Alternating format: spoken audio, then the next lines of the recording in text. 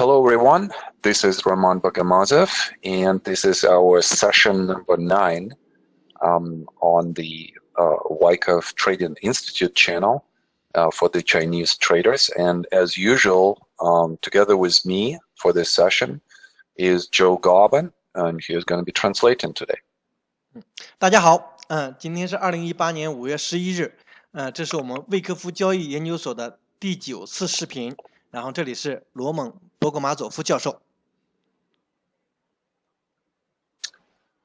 Today we will be talking about institutional behavior, which we could see in the volume and price action. And specifically, we will go through the case study of the Sea Snail Concrete Company, which I thought was a really good historical study for us to understand the nuances of the Chinese institutional behavior. 今天我们将探讨如何在量价关系上发现机构操作的踪迹。大家都知道，机构是股票上涨和下降的最主要动力。然后呢，我们用一个实例，也是海螺水泥这只股票来进行分析。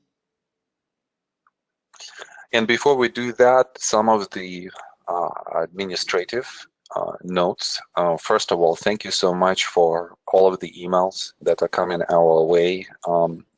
And for some of you who know this, we did miss this session last week, so we apologize for that.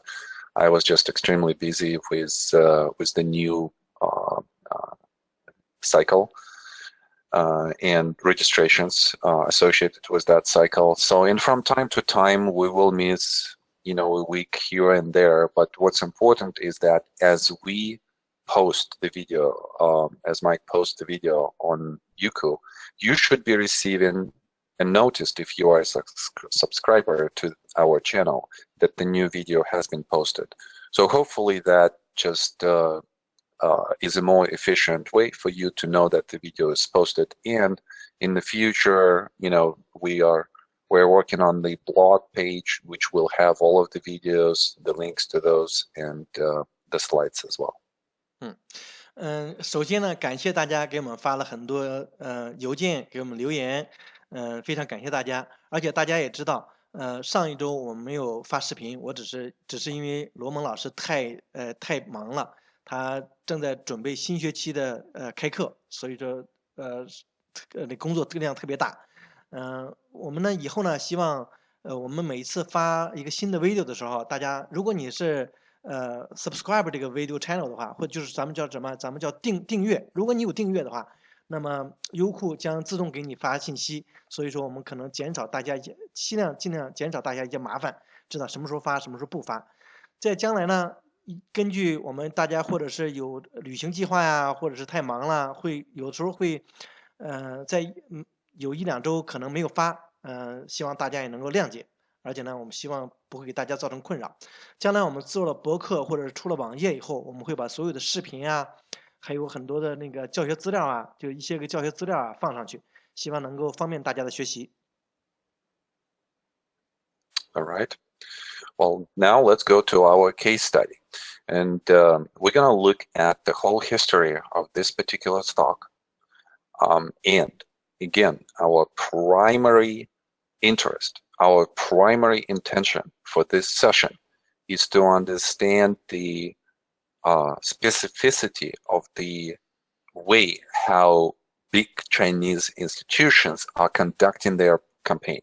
Where do they buy? Where do they sell? How do they buy? How do they sell? How can we see that from the volume and price action? And the reason why I want to stress this out, and we kind of started talking about this in the last session, is because of the 10% rule of how the price is limited to the move, to move in this 10% way. That's number one. So that dictates the institutional behavior. And that's going to be our concentration today. 今天呢，我们用600585这只股票，也就是海螺水泥来给讲这个例证，让大家跟大家探讨如何从量价关系上发现大金融机构它的操作的痕迹。最主要呢，我们看它在哪里吸筹，如何吸筹的，然后它在哪里派发，如何派发的，然后吸筹以后和派发以后它的价格的变化。最主要这个价格变化呢，因为它这个特点啊，中国的股票有很多特点，最主要是和其他国家或国际上的股票的特点不一样，就是我们有个涨停板、跌停板，就是10%的这个 limitation 这个限制。所以说我们看看这个限制在股票上的表现是什么样。All right. So we're going to look at the elements of the accumulation and the distribution. Let's start with very simplistic rules on the accumulation as to what we need to see and how do we recognize institutional signature behind the price and volume action. 最主要呢，我们首先来看一下吸筹，然后我们要看吸筹在量价上的表现是什么。The first simplistic rule, and actually Wyckoff had it as a law, is the rule of the supply and demand.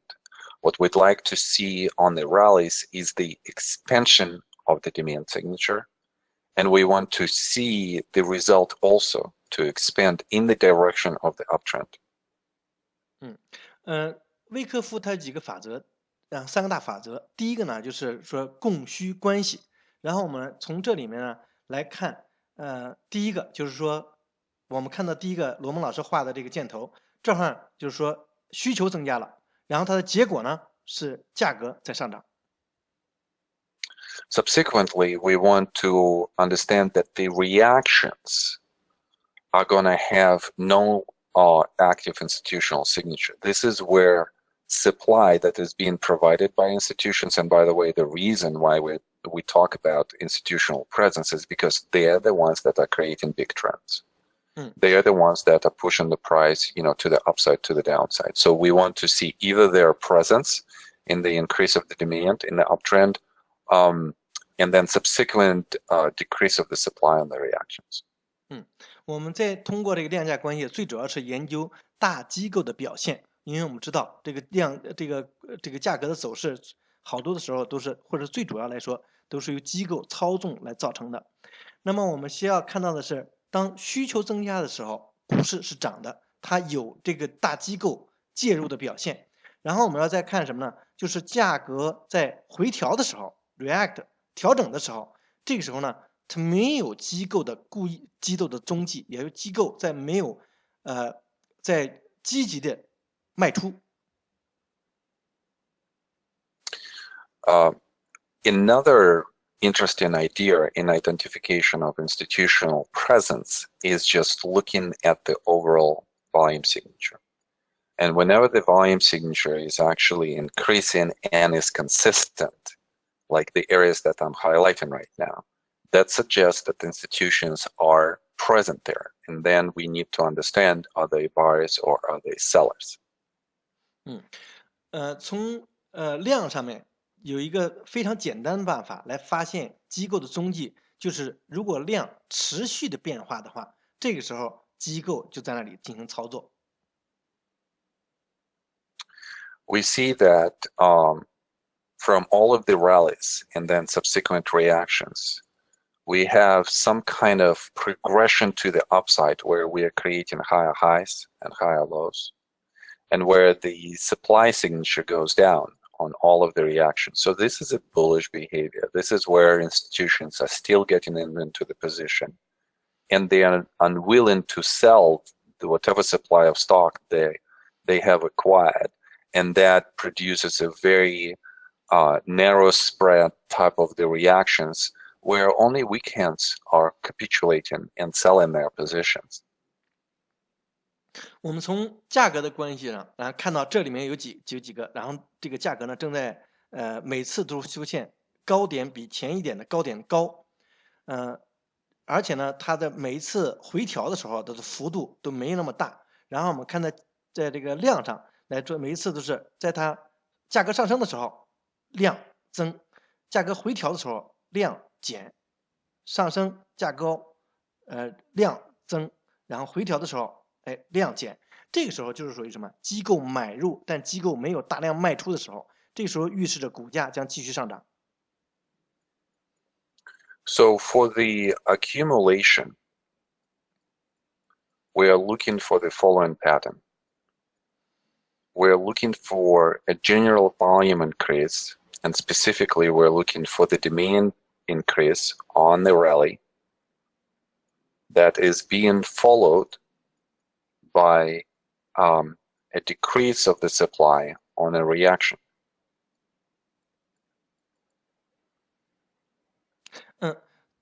对于吸筹来说，我们需要发现以下几点。第一点，我们需要看成交量。那么我们需要看在股价价格上涨的时候，成交量或者是需求是上升的。股价上涨，成交量上升，代表需求上升。在股价回调的时候，成交量是减低的，逐渐减低的，代表着供应减少。So all of this, and I'm going to go through this one more time. We want to see that the volume is being present. We want to see that the volume signature is increasing. We want to see that the volume signature is consistent in the direction of that uptrend. In a lot of cases, accumulation in Chinese markets actually happens on the way up. And that would mean that if we are having this accumulation on the way up, we could say that institutions are not only present, but they are acquiring the shares, and they are not distributing the shares until a specific point of time. 然后呢，我们最主要是在这个价格变化的时候，我们要求发现，这个价格成交量是存在，也就是成交量增大，而且呢，成交量的变化是持续的。不是说一次，成交量的变化是持续的。所以说，在中国股市的时候，很多时候我们发现吸筹是在什么？吸筹是在价格慢慢上涨的时候，机构在大量的吸筹，也就是这个时候，它机构存在，并且机构吸筹，并且保有这些个筹码，直到机构认为价格已经高到它到达他们的目标，然后再卖出。All right. So now that we've talked about the accumulation, now let's talk about the distribution in this case study. So I want you to look into this area right here, because this is a distribution top. And we want to define where exactly institutions distributed the stock so that we would understand how to identify it in the future. 我们在谈派发，然后罗蒙老师画了一个框，这是一个派发的高点。然后呢，他希望大家在这个框里面看到价格是如何运动的，而且呢，看到成交量在哪儿发生变化。Our first thought, an idea about where institutions could be distributing the stock should be that the stock could be distributed in the trading formation by itself. But unfortunately, when we look into the volume signature of this formation, we are seeing that institutions are somewhat inactive in this area because the volume signature is so low. 我们看这个派发这个区间的时候，很多时候我们想到可能派发是在这个派发区间发生的，对不对？这是个上升的派发区间。但是当我们看成交量的时候，我们却发现机构在这里并不活跃。So therefore, as we are trying to identify distribution happens in the trading range, we don't see that. How about on the move to the downside? Do we have that volume signature that would tell us that there is a heavy institutional distribution on the way down?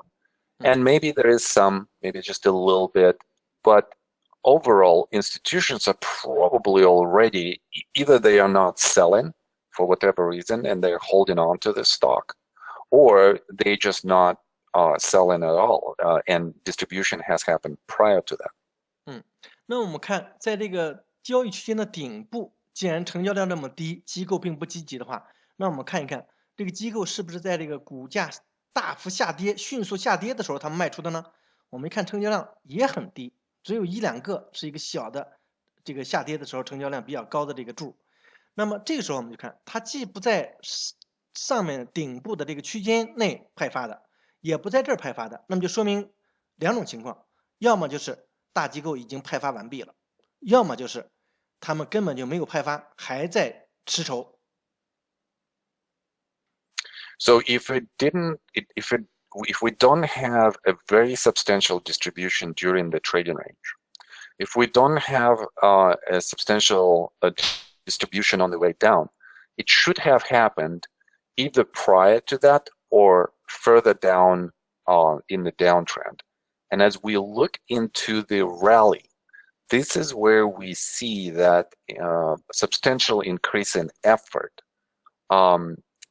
that suggests that not only demand is present, and probably demand is present by weak hands at this point, because they are all excited about the price moving up, but also some supply is present, and this supply is of institutional quality.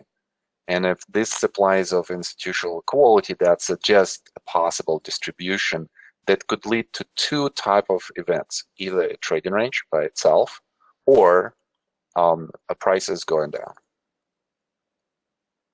那么我们看，那么既在这个交易区间顶部的交易区间成交量很低，又在快速下跌的这个下跌通道里边交易量也不特别高。那么看，那么这个派发发生在什么时候呢？我们首先看一个这个迅速上涨的这一块，迅速上涨一块，它的成交量是逐渐的然后上涨，而且到这儿出现了一个极大的这个成交量柱。那么就发现2种情况。那么这块是什么？努力增加了。努力增加有代表了2种情况。第一是需求增加了，这个需求增加恐怕不是机构造成的需求增加，而是一些个比较弱手，也就是说散户的需求增加了，散户感到特别兴奋，哎，这个时候他大量的买入，他在这个成交量非常增加的时候，那么大家也就说明有人卖出。那么谁在卖出呢？提供了这个供应呢？就是说机构在卖出。这个时候机构大量卖出的时候，而且是一种它就造成2种情况，要么就是出现了一个交易区间 trading range， 要么就会造成股价下跌。Well, if we're talking about the distribution and it happens on the rally, then we would refer to that as the institutional distribution on the way up. Please notice that I'm identifying 3 types of distribution. Distribution that could happen on the way up, institutions are selling into the strength of the weak hands. Institutions during the trading range, this is where they are selling on average around specific price, and then distribution on the way down. The distribution on the way up, and I was thinking, why is this happening in the Chinese markets more commonly than in the US markets? Because the behavior is slightly different. And I think that we should be aware of that. We should be really paying attention to this. And I think it's all about this 10% rule that we've talked about in the last video, where institutions could, with their big size, could be so locked up in a position that when the downtrend is in place, they will be losing a lot of money if they are selling on the way down. So their preference in a lot of cases that I see with Chinese stocks is to distribute on the way up when weak hands are excited, and they could take the shares from institutions from strong hands into the weak hands. 那么我们大家说派发基本上在3种情况下，不是3种途径里派发。第一种呢是在股价上升急剧上升的时候，第2种呢是在顶部的交易区间派发，第3种呢是在股价下跌的时候派发。那么在我们看到中国股票有一个很大的特点，就是很多时候它在急剧上升的时候派发，这个时候派发呢是散户热情，有做高的热情，然后机构把这个开始的时候把这个股票挑起来，然后散户非常兴奋，然后大量买入，然后机构在这个股价急剧上升的时候迅速派发掉。那么为什么是在这个上升的时候派发呢？原因就是中国有一个咱们国内的股市有一个涨停板跌停板，也就是它10%一有派发到1%下跌10%的时候，或者是对 ST 股票下跌5%的时候就停板了，这个时候就会造成股民的恐慌，而机构呢量又比较大，它的手持筹码又比较多，如果万一造成恐慌跌停了，那么这个时候它就会派发不出去，散户不买了，这个时候筹码就会锁在他的手里，他就会输钱。所以说这个时候机构的最好的派发办法就是说，在急剧上升的时候，散户热情做多热情比较高的时候，它派发出去。So our goal is to understand where institutions are active. So for instance, here, institutions are actively buying this area, this area, this area, this area right here. And then something happens here, and we know that that was already of the distributional quality. Then look at what happens afterwards. There is a period of institutional inactivity. Why does this happen? Well, because they are done. They have been accumulating on the way up. Then they distributed the stock on the way up as well. And then after that, they are out of the market of this specific stock.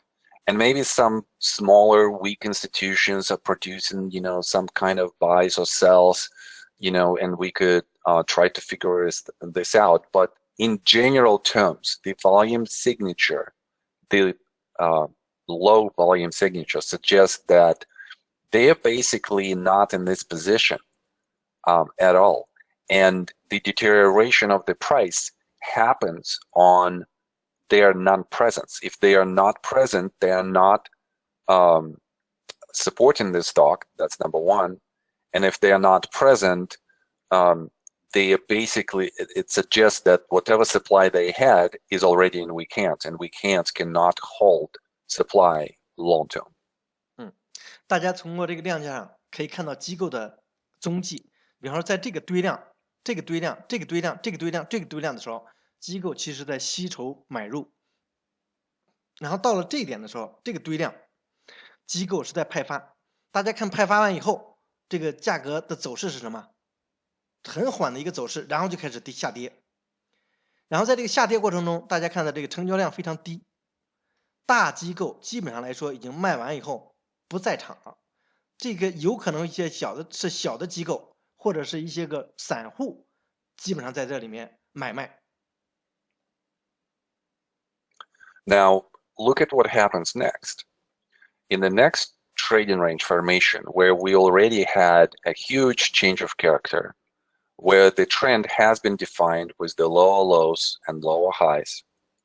So we have a bias which is to the downside.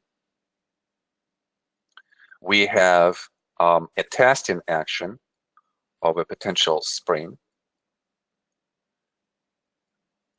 and a really quick move to the upside into the resistance area where we're failing on the upthrust. And that all is associated with some kind of increase in the volume signature. So that suggests the increase of the demand. But yet, inability of the price to go up suggests that the result is actually less of what we were expecting, even though there is a really good spread, gap, increase of the volume signature. Effort is increasing significantly, and yet result is only just a temporary commitment above, and then the price comes back into the range. 然后大家看这一段的交易区间，这段交易区间是在什么情况下呢？是在机构派发完以后，股价大幅下跌的情况下发生的。那么这个股价大幅下跌，就是罗蒙老师画的这个叫做特性改变。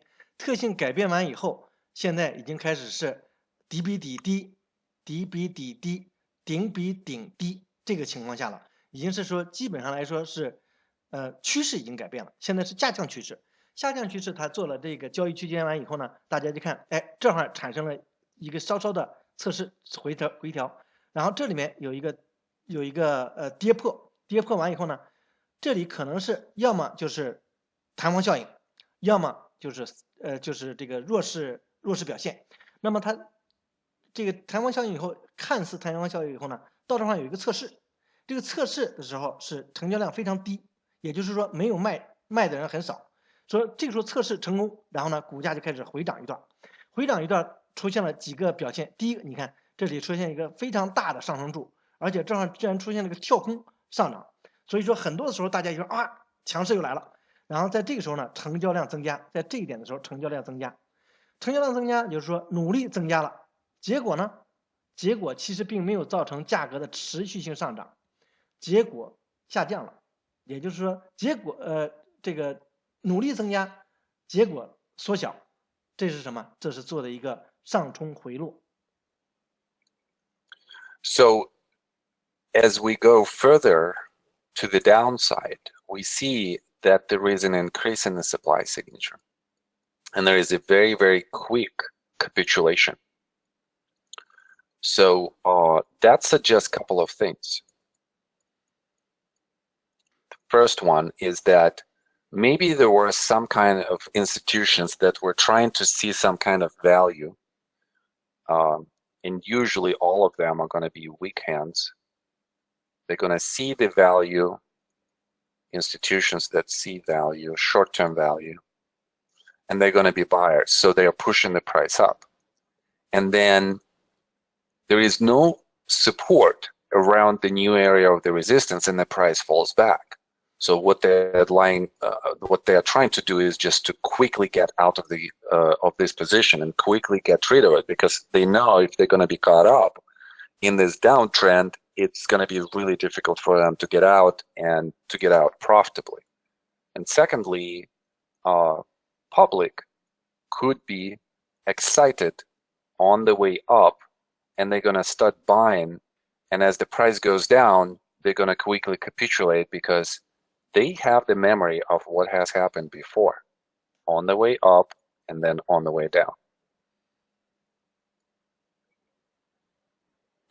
然后大家看这段快速下跌，呢是怎么造成的呢？有可能在这段上涨的时候，也是一个比较小的或者弱的机构，他看到哎这儿股价跌得很厉害，这可能是超跌了。那么超跌的情况，而且尤其是在这儿又做了一个测试，成功测试，那么他们怎么办？他们想把这个股价给买起来，但买起来完以后到这儿，刚才我们说了是努力增加了，但结果减少了。这个时候怎么办？他们就迅速开始卖出股票，所以说就造成了这两个，这是一个非常大的成交量比较高的下跌 K 线。而在与此同时呢，这里还有散户的操作，散户呢有可能在看到这块这个做多热情比较高的时候，他们大量的买入完以后，一看到这个非常大的 K 线下跌，这个时候他们怎么办？他们就记忆起来，哇，前一段时间也有一个股价迅速上升，然后股价迅速下跌，这个时候散户怎么办？他们也惊慌，也大量卖出。这几次卖出的时候，就会造成了这两条 K 线的量非常大。So in a way, this area right here, where we have a lot of excitement that the price might go up, and then fear, and therefore capitulation, is repeating itself on this chart over and over in the areas of the distribution. We see the excitement on the way up by weak hands on the rally, and this is where distribution is happening. And then we see a fear by weak hands here. We see this also in the next segment, here and here. And look at the volume signature. Right, so initial increase in the effort. And then what happens with the supply signature? Supply increases, suggesting that there is some selling. Supply increases, some selling. And then here we could just identify just a little bit that the selling has increased relative to the previous areas as well. 我们看到从这一点来说，这儿有一个散户的做多弱情。从这一点我们一看到，哎，散户也有做多弱情。到这儿我们看到是大家的这种恐慌抛卖、恐慌抛盘，这里也有个恐慌抛盘。然后呢，看到这成交量，这成交量非常大，但是呢，股价却涨不上去。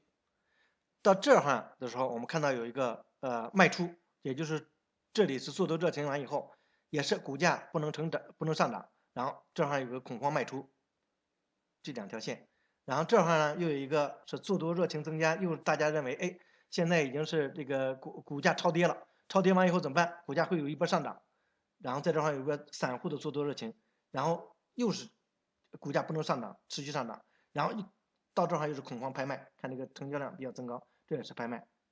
在这一点的时候，在这次下跌的时候，其实我们看到的成交量并不是特别大，只有几根小 K 线，哎，成交量就上涨的。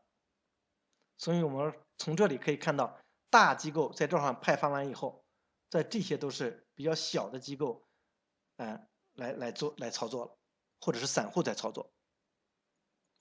And look at the duration, and this is also a very important point right here. In the first case, because we were in the uptrend environment, the sentiment was very bullish. As we go into the first distribution pattern. So therefore, duration for the distribution has increased qualities here. Duration of the same pattern where we go from excitement to fear in the second case is already smaller. Why is that? Well, because the sentiment has been changed from heavily bullish to mixed. Some people are thinking that this could be a short-term opportunity for the price to advance from this area. Some people are thinking that, no, it's not. We are in the downtrend, so therefore I'm going to sell. I'm going to sell on the way up, and then I might sell even on the way down. So therefore, duration contracts for this type of behavior, which is basically the same behavioral pattern. And look at the next point where we are doing the same thing. Duration goes down even more.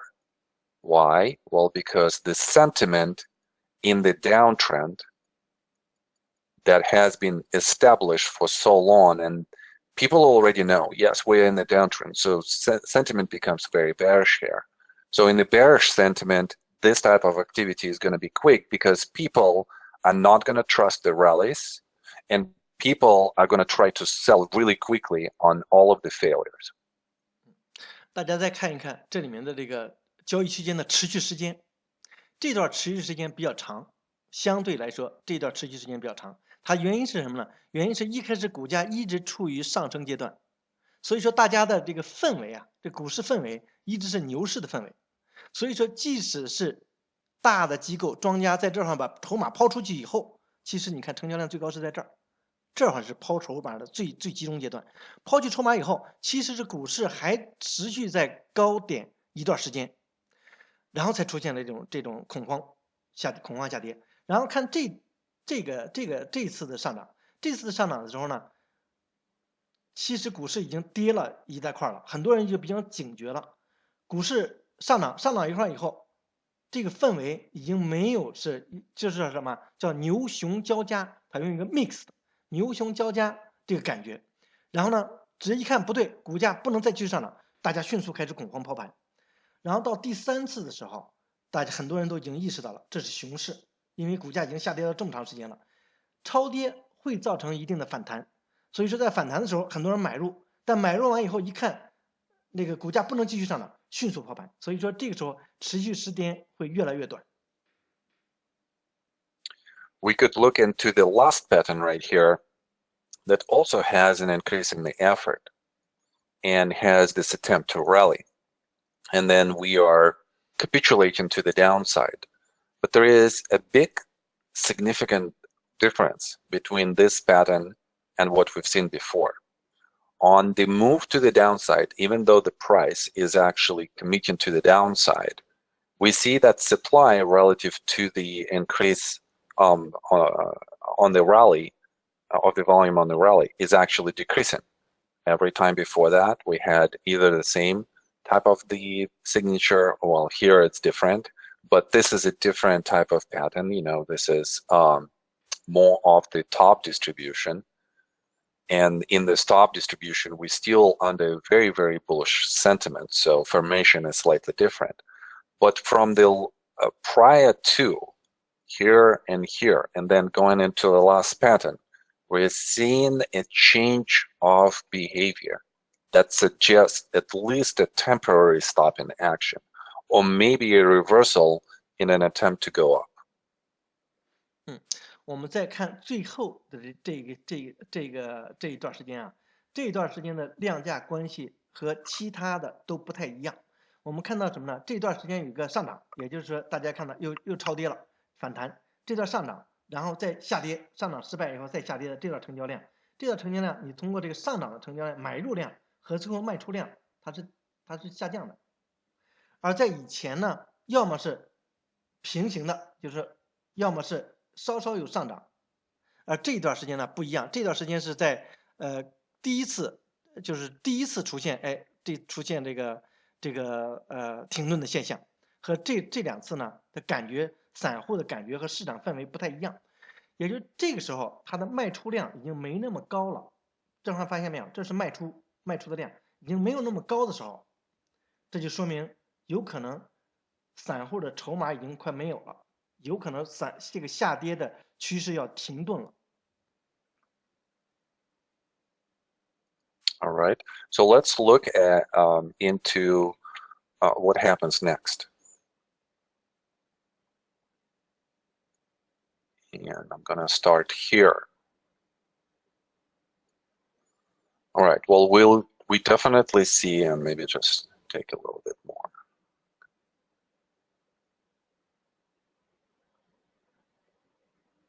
Yeah, this is good. So look into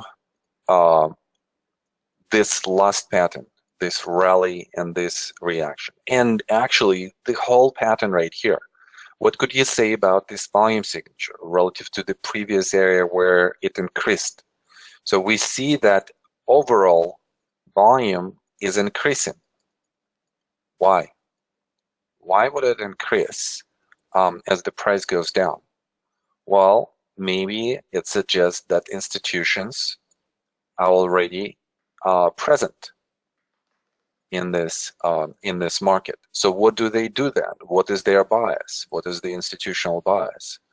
Well, they are probably accumulating on the way down. And this is where weak hands are selling, still selling, and then strong hands are buying. And that's our period of the accumulation by institutions. 大家注意到，这是刚才我们讲的那一点啊，然后比较一下这里的成交量，一个堆量，比前一段的堆量有什么区别呢？这块的堆量可能比前一段堆量稍微高一点。为什么呢？那么机构在这里的表现是什么？有可能机构是在股价下跌的时候，这是股价下跌，跌得很低了，量反倒增加了，所以说有可能机构在股价下跌的时候，它在吸筹。而根据股价下跌的时候，散户因为他比较惊慌，他是在卖出。As we've identified that possibly we have institutional presence here, we want a confirmation that indeed the behavior of the price and volume is bullish. So therefore, we are looking for behavior in price that would advance and show us higher highs, higher lows. Price needs to do that in the uptrend. And then the volume signature specifically is going to be increase of the demand with the subsequent decrease of the supply, increase of the demand on the rallies, like we see here, here, here, here, here, here, here, here, here, and then decrease of the supply signature. And we see it everywhere as the price tries to go up. 我们看到这个堆量，而且跟以前的这段量比较，而且根据这一段这个量价关系的比较，我们说有可能机构在这里出现了，它比较活跃，而且有可能我们根据这个关系来看，机构有可能在吸筹。那么这是一种猜测。猜测完以后呢，我们需要一个确认。这个确认是什么？是接下来的量价表现。我们需要接下来的量价有什么表现呢？价格，我们如果是机构在吸筹的话，我们希望能看到价格是上涨，也就是说顶比顶高，底比底高。而且呢，我们希望能看到在股价上涨的时候，它的成交量是增加的；股价在调整的时候，在横盘调整的时候，或者是下降调整的时候，成交量是降低的。那么我们看没看到这种现象呢？我们接下来看，这块股价上涨，成交量增加；停盘调整，不是停盘调整，也就是这个股价调整的时候，成交量减低，在逐渐减低；股价上升，成交量上升；股价调整，成交量减低。我们在整个这个区间内都会看到这种现象。So our goal or intentions with analysis and trading tactics here is always going to be look for institutional presence, then identify bullish behavior, and then think about the trading tactics. Well, what do we do here? We see that institutions are in this position. We are seeing the bullish behavior from the price and volume action. So therefore, most likely institutional bias is to the upside. How do we trade it?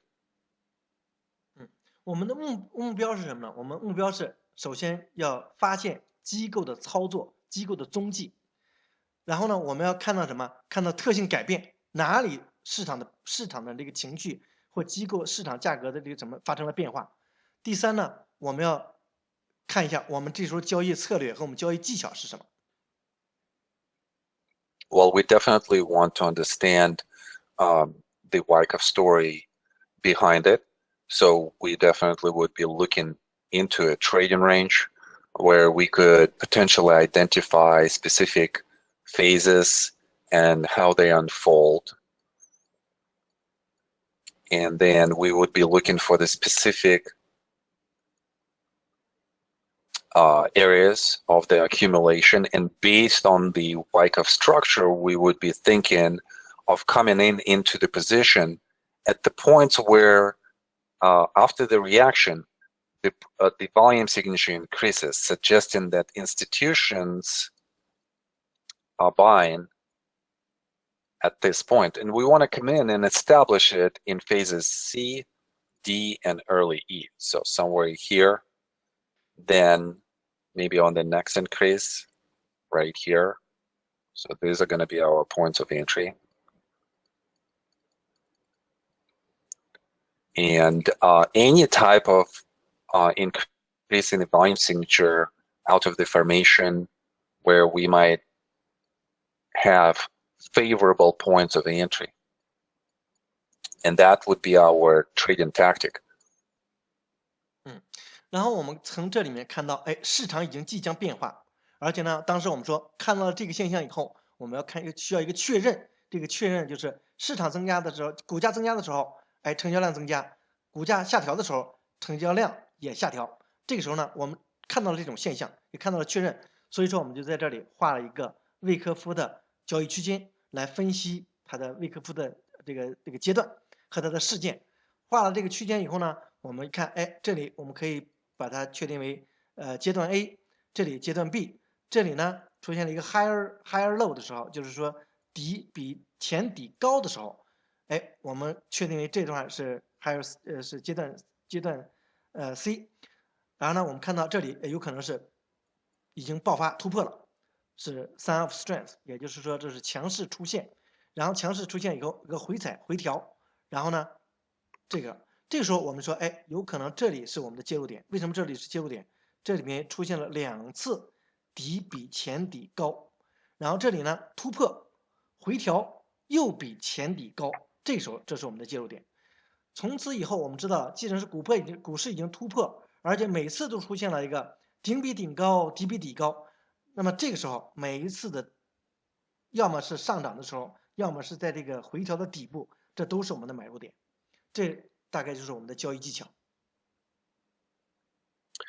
So later on, let's say if we missed all of these points of entry, we would identify some kind of areas of the reaccumulation, and the tactics are going to be the same. We want to find a potential phase C. We want to find the bar that has this kind of like institutional presence in the increase in the volume signature, and that would be another point of entry for us for the next move to the upside.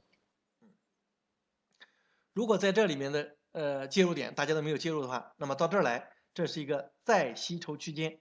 再吸筹区间，大家也是通过威科夫的方法，我们画出来，把这个阶段找出来。而我们的介入点呢，基本上也是在阶段 C、阶段 D 的初期、阶段 C 的后期、阶段D 的初期来介入。这里我们看到，调整完以后，这里的成交量开始增加，这里的介入点、买入点。So now let's look at the latest rally that we have, because we've talked about the pattern, which is the distribution on the way up. And usually we would have some kind of rally that would have the increase in effort that would suggest the increase of the supply and would suggest a distribution. We would have then the reaction and maybe the next rally where the effort would increase even more or supply would increase even more. And that would also produce some kind of inability of the rally to make a significant high, and then it's going to fail. So that's a distribution on the way up. We should be asking ourselves a question. Is there a distribution on the way up in this rally? So we would be looking at the volume signature. It definitely increased relative to the previous moves to the upside. But if we would be looking into this area right here, and we would be comparing the volume signatures, we probably would say that there is not a lot of selling that is happening on the way up. And therefore, on the way up, and therefore we're probably thinking that this change of character that starts to appear is suggesting a trading range, but not a distribution. 我们刚才看了这里的吸筹区间，然后我们再看股价上涨了一段时间有没有派发。我们前一段时间呢，前一段讲了这个中国股市我们股市的在上涨过程中的派发。上涨过程中派发呢有几个特点。第一个呢，比方说在这一段成交量增加了，我们说努力增加了。努力增加它有包括两种内容啊，一个是它的供应也增加了，也就是有可能是在派发。然后呢，到第二段这段时间以后过了下调一下，然后在第二段以后呢，它是成交量增加的更多，也就是说努力增加更多，这时候的供应也大，但是它的结果却没有前一段时间的上涨幅度高，也就是也许刚刚突破前一点，然后就开始下跌了。这个时候我们说，这里面所有的努力基本上来说都是掩盖了派发和掩盖了供应，这里面都是成交量比较增大，这个时候我们叫做上涨过程中的派发。那么看这段是不是这种情况呢？我们看一看成交量，这段确实是有一段非常大的上涨，上涨完以后呢，立刻就开始有一段下跌。我们看，那么这一段我们问问它是不是在派发？我们看一看成交量，这段成交量它是不是比以前显著的多呢？这段成交量看似比这儿的成交量高，但是跟这儿的相比，它并没有显著的增加，反倒这段可能会少一点。那么我们说这段有可能它并没有大量的派发，尤其是在看这段下降柱的时候，它的成交量也比较低。Also, look at the whole distance that the rally has covered and how the change of character is so small in comparison on the retracement in comparison to this whole rally. So also suggest a reaccumulation. 那么再看呢，这里边虽是一个特性改变啊，这也就上涨过程中的特性改变，但我们看这一段它的距离跟整个这个距离来相比的话，并没有那么大那么多，所以说这里面的我们可能判断这里面是出现了一个交易区间，而不是说趋势改变，而不是说对下降，就是整个的趋势改变。And we kind of see that this change of character is actually associated with some of the supply that's coming in, but it doesn't produce a lot of result to the downside. So what does it mean? Well, maybe there is some institutional profit taken, but they still keep the majority of their position. Then throughout this whole structure, we see how the volume signature goes down, and specifically supply is not being presented as the price starts to make higher highs, higher lows. So that still suggests a bias to the upside. 大家看到这段虽然特性改变，但它的下跌的幅度并没有特别大，相比和整个上升的这段幅度相比来说，它下跌的幅度并不是非常大，而且它成交量有一定的增加，在这儿跟前一段时间比，这段比有一定的增加，但并不是特别高。所以说有些人是获利回吐，但是量不是很大，也就是大的机构有可能还在吃筹。那么我们继续往下看，那随着价格的发展，虽然是没有突破前高，但这里面呢，卖出量也相对减少，而且到这儿了，而且出现了底比底高的情况，这说明什么？说明在吸收。再往下走的话，一直是底比底高，而且呢，成交量或者是卖出量几乎是看不见了。All right. So what does this suggest? If we're thinking that the bias is still to the upside, if we're thinking that this is a period of a reaccumulation, that gives us a couple of deductions here. The first one is that institutions were buyers on the way up. Here, here, here, here, here, and even the latest rally was just basically a buy from institutions, as well as some of the rallies in the formation. Secondly, as we see from the supply signature, they are not sellers in this reaccumulation, which leads us to the next conclusion, that is that we are going to have a continuation of the uptrend after this formation is resolved. 那么，如果我们说这个方向现在有可能，趋势还是在上涨，而且呢，这一个是再吸筹的区间的话，那我们需要看到什么？看到是机构现在一直是在买和持筹。机构买在哪？机构买在这几个堆量，这里是一直在上涨的过程中，机构在买，甚至在这个上涨的过程中，很多迟到的机构、小机构、弱的机构开始买了，已经看到，哎，趋势已经确实是在上涨了，他们在这儿买入。他们在这儿的时候都不是大量的卖出，而是在持筹。大概有可能猜测，卖出的人、获利回吐的人，有可能是散户和这比较短期的操作者。All right, so for today, we're going to stop here. And this is going to be our part one of the case study on the Sea Snail Concrete Company. I think it's a really good case study. I want you to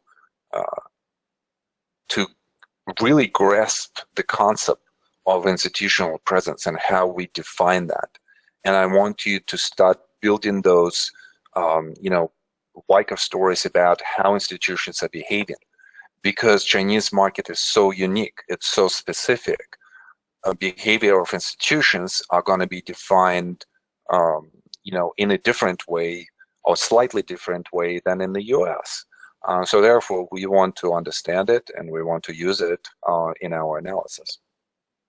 今天呢就讲到这里，希望大家多练习，多在股票的这个图谱上发现，用威科夫的方法发现量价关系和这个股市上涨的踪迹，和机构最主要是发现机构操作的踪迹。